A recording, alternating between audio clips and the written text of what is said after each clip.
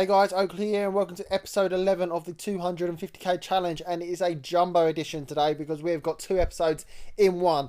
The first part of this episode is my money making tip for this week, or this episode should I say, and the next part is a pack opening because the informs are out and it is a good inform week. So let's crack on with the tactic I'm using, and this is a tactic that you can make double, triple or even quadruple your money. It is that good of a tip, I think, and it is all to do with position cards. So the first thing I do is I search for position cards with a buy now maximum of 250 coins, and I pick out any cards that aren't left back to left wing back, right back to right wing back, left forward to left wing, and left wing to left forward. The reason why I don't pick out those is because there are a load of them for 250 now, buy now price. The only ones that isn't true with is the left wing to left forward and the left forward to left wing, but I get confused at which one is only worth 200 coins and which one isn't, so I just stay clear of them just to make it easier on myself.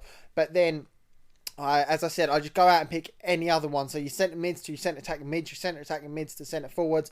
All those cards, apart from the ones I said I buy now. But I only managed to find about 4 or 5 of them. So then I changed my search to maximum price 250 coins.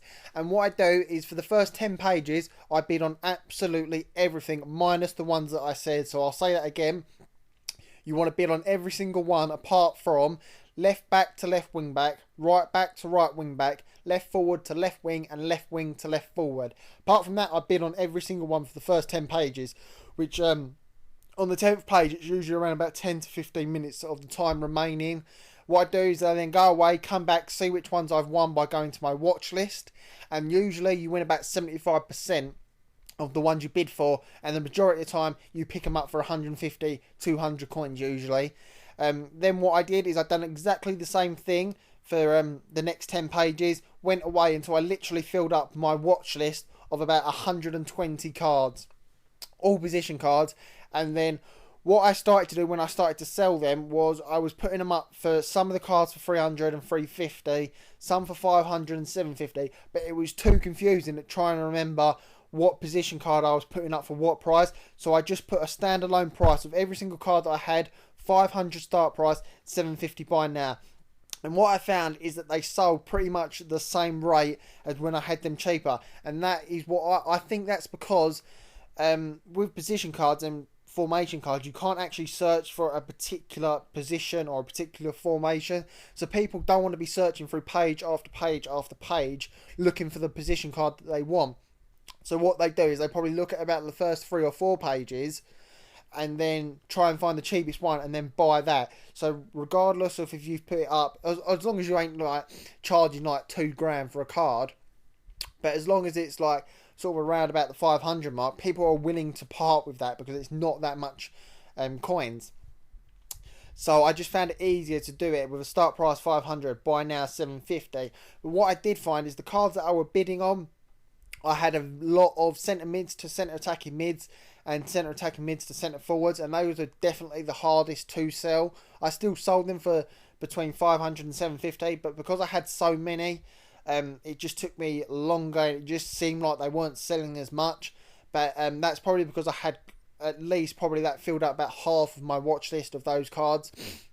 If I was to do this tip and method again, I would definitely get a more even a more even number of cards for each position.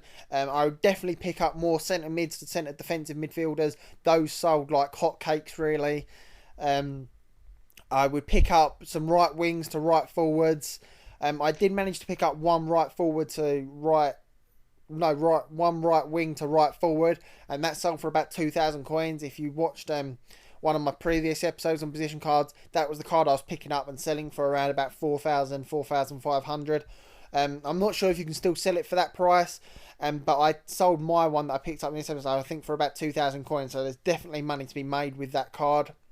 But as I said, I wouldn't pick up as many centre attacking mids to centre forwards and centre mids to centre attacking mids, just because those, you pick up a lot of them anyway, so there's only ever going to be a certain amount of demand for that card, regardless of how many you put up.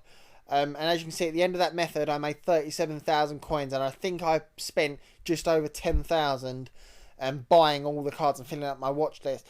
Just a quick note on that. What I found better was if I space out when I'm putting the cards up for, because if you put them up one after the other, you're only going to have like a 30 to 45 second gap of where your cards are on the market before they disappear. So if you space them out between like 30 seconds and a minute, there's more chance that your card's going to be seen, because when it comes to when they've only got like a minute left, you're going to have sort of like from a minute all the way up to possibly like 3-4 minutes. So you're going to have quite a few of your cards on a number of pages rather than just having them on one set of page. Now let's move on to the second part of this episode, where I'm buying packs. And if you've stuck this far, thank you. And I'll be talking about my new series that I'm going to be having alongside my 250k challenge, which is going to be a pack opening, but with sort of a little twist, if you like. I'll just quickly talk about the packs that I'm opening at the moment. I think I opened 3 jumbos, bronze jumbos, because you can't go wrong with 1,500. And then I bought, I think about 6 or 7 gold packs. And because the informs this week, I think, are the best in quite a while. There was an informed David Beckham, which I really, really wanted. There was also an informed Marlos, which was going for a ridiculous price of about 90,000 coins, which for a gold Brazilian for his stats is absolutely extortionate. If they kept him silver and just upped his stats, I could completely understand why he's going for that price. But a gold Brazilian, when there are much, much, much cheaper and better Brazilians on the market, is just ridiculous for Marlos. And as you can see, I'm not really getting anything too good. I'm getting a few good players, but nothing that's going to make me a load of money. So let's quickly talk about the new series that I'm going to be doing. I'm going to be doing I'm calling it a 50 pack challenge. And what this is going to be is me every Wednesday or Thursday, I'm going to be opening a maximum of 50 packs until I get an inform. I'll mainly be sticking to silver packs, because the silver packs are generally from now until when FIFA 12 comes out are where your informs are going to be. I will mix it up every once in a while. If there's a load of bronze informs, I'll buy bronze packs. If there's quite a few gold informs, I'll buy gold packs, obviously.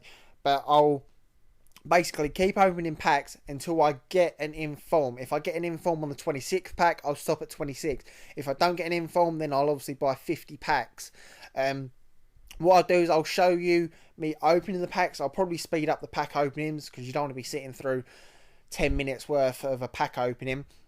And then what I'll do is, if I get an inform, I'll show you what I got for that inform, as well as the money that I either made or lost once I've sold everything that I've got within the packs. Because obviously I'm still doing the 250k challenge, so I can't afford to discard everything.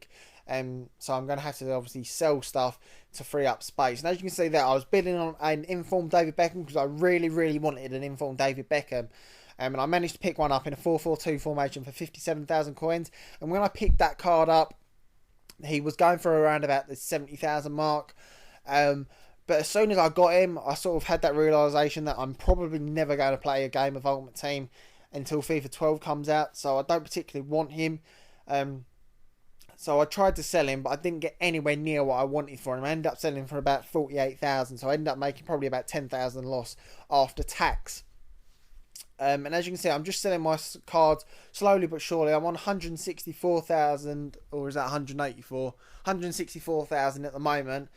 And obviously, after the first part of this episode ended, I was about 4,000 short of 250,000. And if I carried on with the cards that I had left of the position cards, I would have made 250,000. But I just wanted to buy packs. So obviously I didn't get to 250,000. I hope if you've stuck it out so far for a 10-minute video, well done. If you liked it, give it a like. If you didn't, give it a dislike and tell me why in the comments so I can improve. As always, comment, rate, subscribe. My next video will be probably up tomorrow, and it will be the 50 pack challenge. So hopefully you all enjoy that. I think it's a really good episode. I think it'll be fun for the people that just want to watch pack openings, because I know a lot of people do like to watch pack openings.